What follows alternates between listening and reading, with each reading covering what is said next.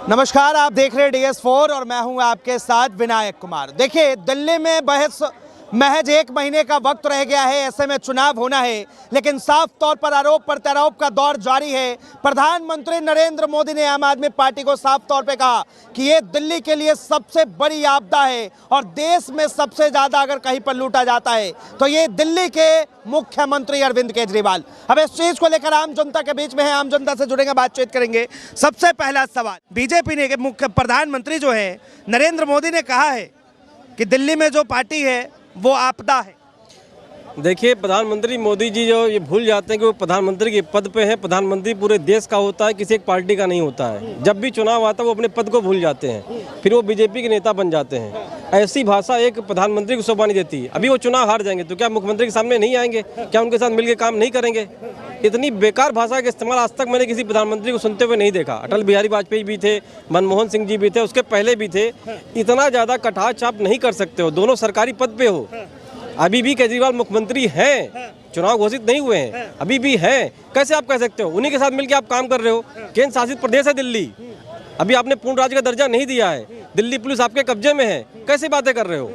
कहाँ से भ्रष्ट? अगर भ्रष्ट जी। लेकिन कहा जा रहा है कि इन्होंने कोई काम नहीं किया है और ये दिल्ली वालों के लिए सबसे बड़ी आपदा है। भाई, मुझे इतना पता है कि बगल में हमारा यूपी लगा हुआ है, हरियाणा लगा हुआ है।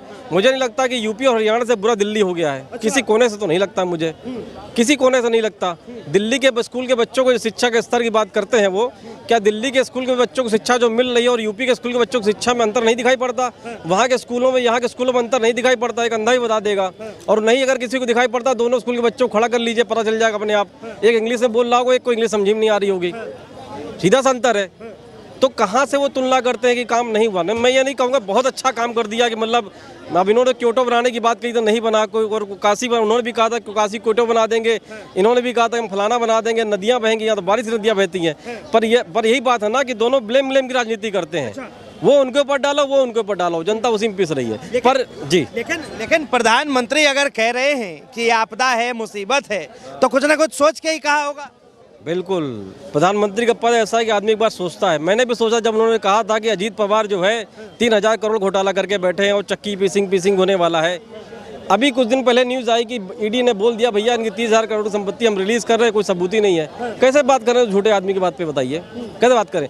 उन्होंने, उसी आदमी ने कहा था कि काला धन जब हम नोटबंदी लेके आए थे कि भैया नोटबंदी अगर सक्सेस नहीं हुई तो मुझे बीच चौराहे बुला लेना, मैं उसी चौराहे को ढूंढ रहा हूँ, लेकिन आज तक दिखाई नहीं पड़े। बीच चौराहे भी खड़े हम लोग, लाल ढूंढ रहे हैं। हर हफ्ते आता हूँ चौराहे पर कि शायद मोदी जी दिख जाए, पर आज तक दिखे नहीं। उन्होंने कहा था कि जो है नोटबंदी से जो है आपका जो है काला धन वापस आ जाएगा। आया क्या? नहीं आया। उन्होंने कहा था आतंकवाद खत्म हो जाए, खत्म हुआ क्या? नहीं खत्म हुआ। आज भी हमारे देश के सैनिक जो है आप जो है शहीद हो रहे हैं। प्रधानमंत्री जी लाल आंखें दिखाते हैं, उधर मत जाइए अभी आप। अरे भैया, लाल ही आंखें दिखा रहे हैं। वो पता नहीं जब आते हैं तो झूला झुलाने लग जाता है उसी लाल आंख पे। वो लाल आंख पता नहीं ग्लिसरीन डाल लेते, क्या डाल लेते पता नहीं भाई साहब। लाल आंखें कैसे होती वो तो हम लोगों ने देखा था जब हमने पाकिस्तान के 2 टुकड़े करे थे, वो लाल आंखें होती। सिक्किम का जब कब्जा किया था। दिल्ली चुनाव में जो है भारतीय जनता पार्टी की लहर है और वो आने वाली।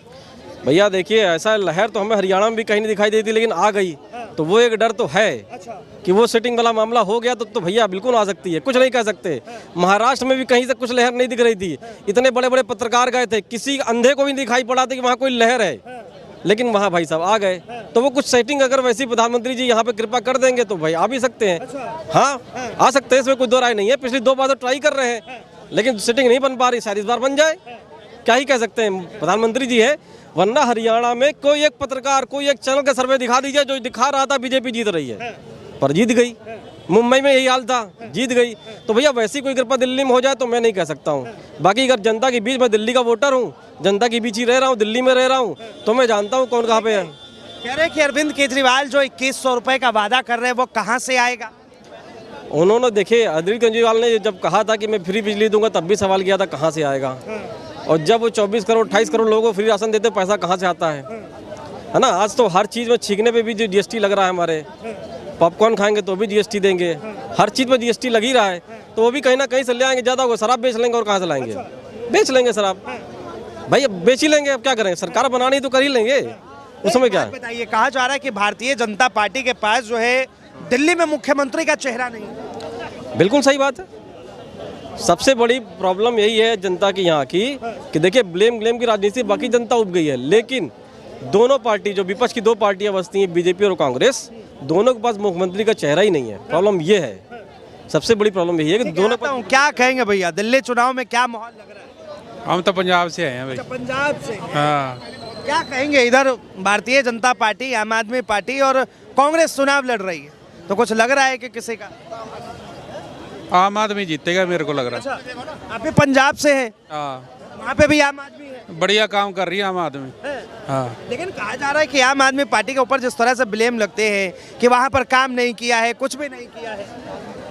काम पहले कहाँ हुआ है? हमारे तो जो अकाली दल में काम हो गया ना वही हो गया, लेकिन अभी थोड़ा सिस्टम सही चल रहा है। अच्छा, अभी जो है आम आदमी पार्टी की पंजाब में सरकार है, क्या फ्री मिल रहा है? क्योंकि पंजाब अभी बहुत सुर्खियों में है। फ्री वाला काम तो गलत है।